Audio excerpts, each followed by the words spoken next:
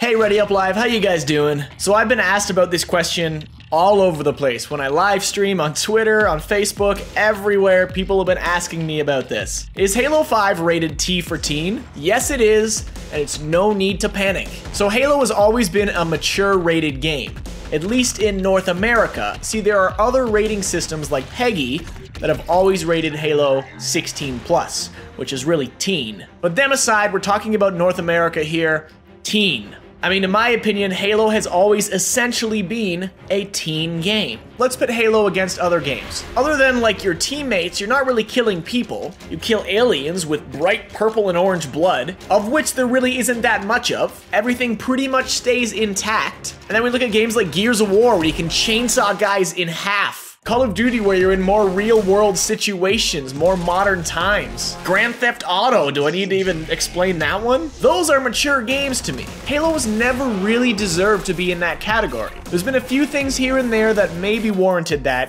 and I think in the history of Halo, the most graphic thing ever was Halo 4's face-melting scene like Indiana Jones. Sure, give it a mature rating just for that. That was kind of freaky. But other than that, what can you list? Online interactions are not rated. This is entirely based on single-player content for the most part. You know what other game is rated teen? Dark Souls 2, and I would argue that Halo is even less mature than Dark Souls 2. We've also got to look at games that Halo is competing with, namely Destiny, which also has a teen rating. Now, some experts say that the teen rating will not affect sales, and it's a tough one to say. I don't think anybody can say for certain either way, because historically, I don't believe a teen title has ever really topped the charts. It's almost always mature games, or maybe even E for everyone games. But times are changing and rating systems change. Yes, kids will get games no matter what the rating is, but it does make it a little easier for people to get their hands on a Halo game, which is good. That's not a bad thing. I heard some people complaining about the squeakers online and stuff like that. That thing has always existed in all games ever. Relax. But think about esports. Halo 5 is really pushing into the esports scene. With $1 million tournament coming up, crowd-funded tournaments, Halo's back, baby. But the rules will change. The big competitor on the market in terms of esports is Call of Duty. The age limits on a Call of Duty game are mature.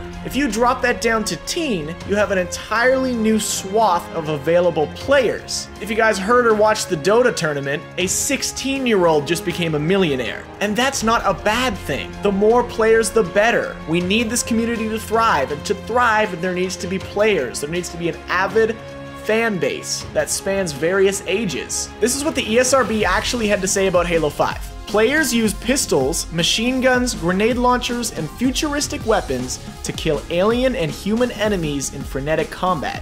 Battles are highlighted by realistic gunfire, explosions, and occasional blood splatter effects. Characters can also use assassinations to kill characters by snapping their necks, or by stabbing them with bladed weapons. That sounds exactly like Halo to me. That sounds exactly like every Halo to me. So stop freaking out. Oh man, the amount of comments I've seen, people absolutely losing their gourd over this. Halo's gonna be a game for kids now. It's never really been that mature of a game, guys. Halo's always managed to tell great stories without having to resort to extreme gore or language. I am personally a fan of both of those, honestly more even so language, because it's realistic, you're in combat. But Halo, I think it would just take me out of it. Can you imagine playing a Halo game and a Marine shouting, balls? Balls! That's not a swear word. It would take you out of it, that's weird. They say little things now and then, yeah, sure. But Halo doesn't need that. Halo's never needed that. It's not something that Halo has had to rely on.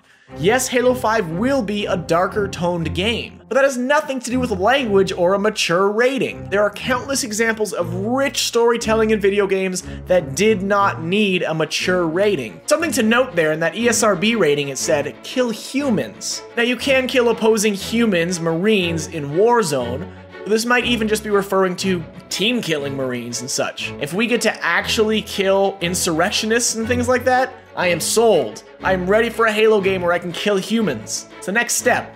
But nonetheless, carrying on. Now, whatever they had to do to drop this down to a teen rating remains to be seen, if they even needed to do much at all. I mean, it's entirely possible they cut down on the amount of blood you see when you attack players and such.